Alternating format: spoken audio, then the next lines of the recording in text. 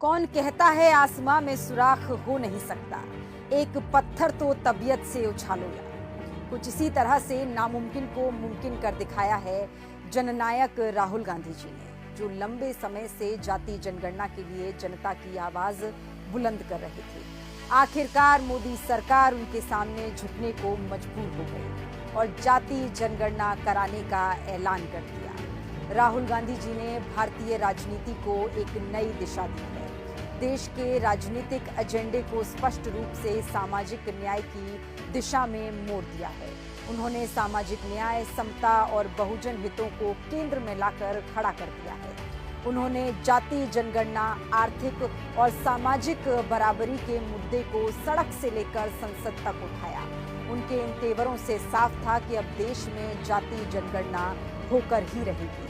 उनकी बात सच हुई और मोदी सरकार को जाति जनगणना की मांग माननी पड़ी।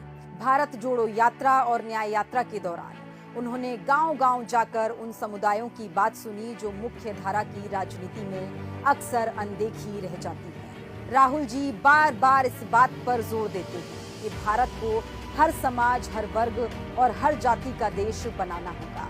यही विचार उन्हें बहुजन राजनीति की उस धारा के करीब लाती है जो बाबा साहब अम्बेडकर, फूले और अन्य सामाजिक क्रांतिकारियों से प्रेरित है। उनके इसी इरादे के आगे मोदी सरकार को झुकना पड़ा, जाति जनगणना की बात माननी पड़ी।